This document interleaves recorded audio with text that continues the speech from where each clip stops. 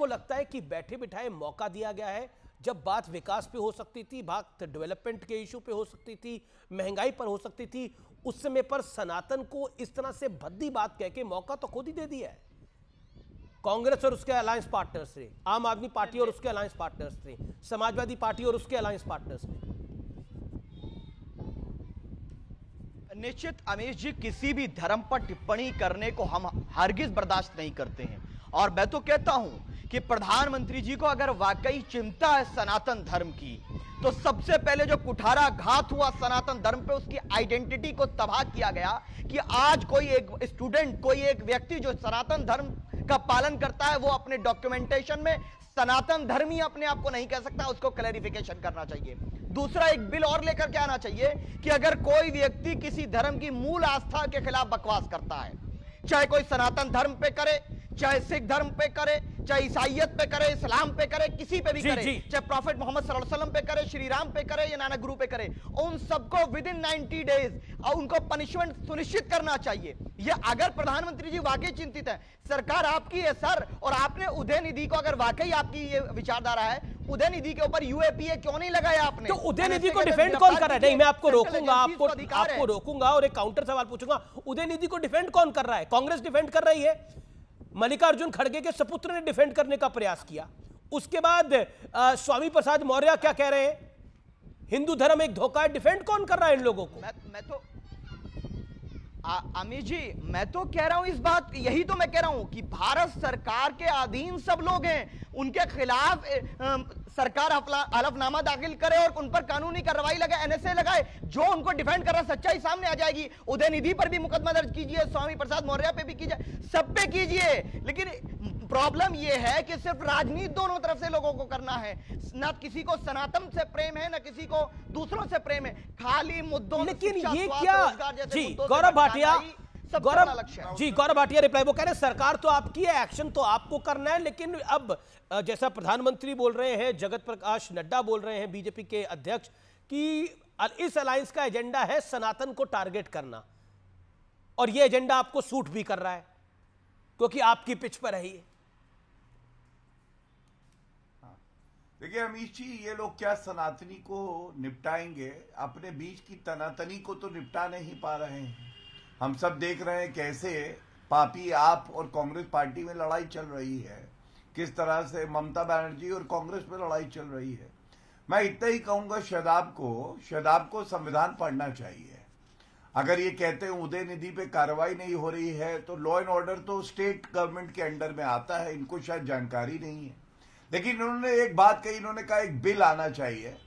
मैं तो कह रहा हूं अगर वो बिल आ जाए जिसकी बात ये कर रहे थे, तो कुछ चूहे बिल में ना घुस जाएं, क्योंकि एक व्यक्ति हैं, उन्होंने ये कहा था हिंदुत्व के नशे में डूबकर सनातन संस्कृति को भूलकर भगवा चोला ओढ़े गुंडों की फौज मुसलमानों से नफरत में अंधी होकर रामनवमी यात्रा के नाम पर नफरती गानों और नारों के साथ मेरे भारत में तबाही के मकसद से निकली है, जिसका मकसद दंगा है।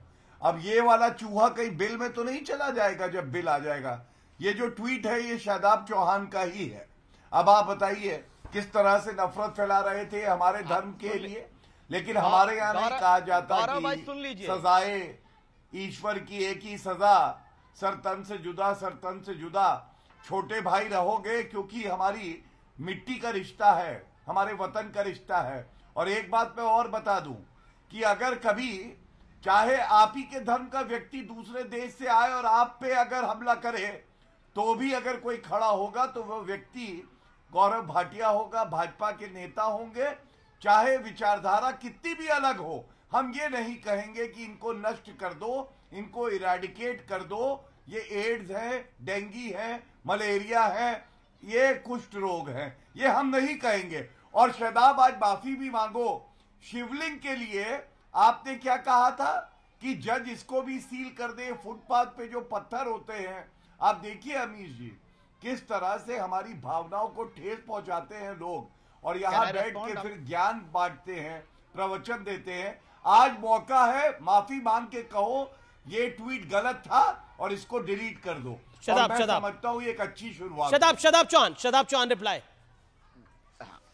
गौरव भाई, आप हमारे बड़े भाई हैं और मैंने आपसे कई बार कार्यक्रमों में कहा है कि वैचारिक मतभेद हमारे देश को प्रगति के पथ पर ले जाने के लिए हैं। किसी धर्म से, किसी जाति से विरोध नहीं है। और जब बात दुश्मन देश की आती है, चाहे वो आईसिस के जानवर हो, चाहे पाकिस्तान के लोग हो, चाहे चाइना हो, क्या बताइए कि आपके कांधे से कांधा मिलाकर डिबेट के कार्यक्रम में हमने उनको नहीं ललकारा है। और हाँ, मैं इस बात को कह रहा हूं कि अगर कोई व्यक्ति धार्मिक मूल आस्था, मैंने गलत तरीके से इंटरप्रेट किया गया, उसमें मैंने क्लैरिफाई भी किया।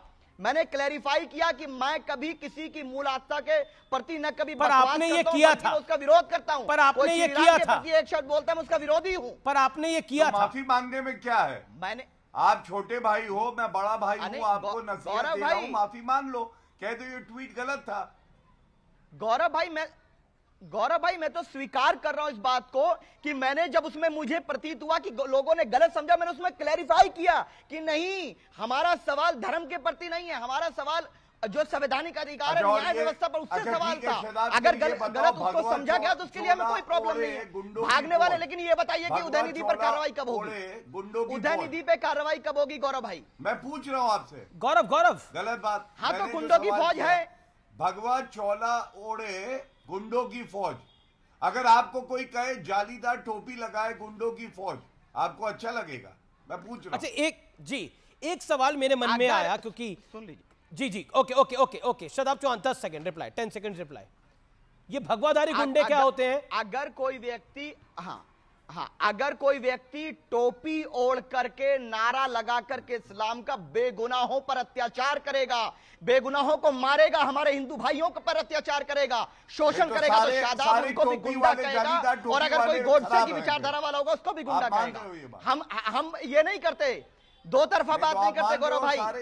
नहीं, अब मैं बताता हूं। चलिए, दो तरफा की बात तो हुई, लेकिन मैं विवेक श्रीवास्तव जी का रुख करना चाहता हूं। विवेक श्रीवास्तव जी, 2024 में जब अलायंस की सरकार आएगी, एक कहावत तो ये भी है, ना नॉर्मल तेल होगा ना कहानी बढ़ेगी आगे, लेकिन फिर भी माना भाई आपकी सरकार, अलायंस की गवर्नमेंट आएगी, तो प्रेस फ्रीडम इंडेक्स की बड़ी बात होती है।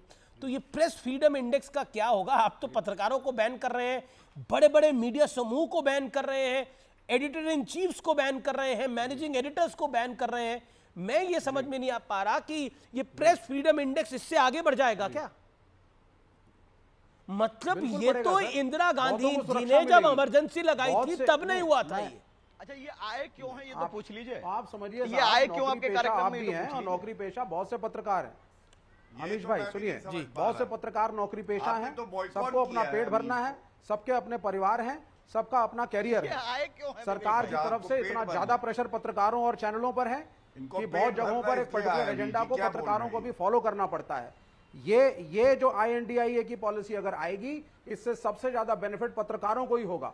सरकार खुद रियलाइज करेगी क्या गलत वो कर रही है, किस तरह से चैनलों का किस तरीके से एड्स। जी, लेकिन मेरा सवाल यही है, क्या ये सब करने से प्रेस फ्रीडम इंडेक्स ऊपर चला जाएगा? इसका जवाब है कि झूठ के पैर नहीं होते, और इसलिए झूठ बोला गया, इसलिए पैर नहीं है। लेकिन सत्य के साथ सामना होगा। Jagat Guru Ram Bhadracharya, super duper exclusive. अगर ये नहीं देखा व्यूअर्स, तो आपने कुछ नहीं देखा। हनुमान चालीसा में कौन सी त्रुटि है, किसकी सरकार बनेगी 2024 में, पूरी कहानी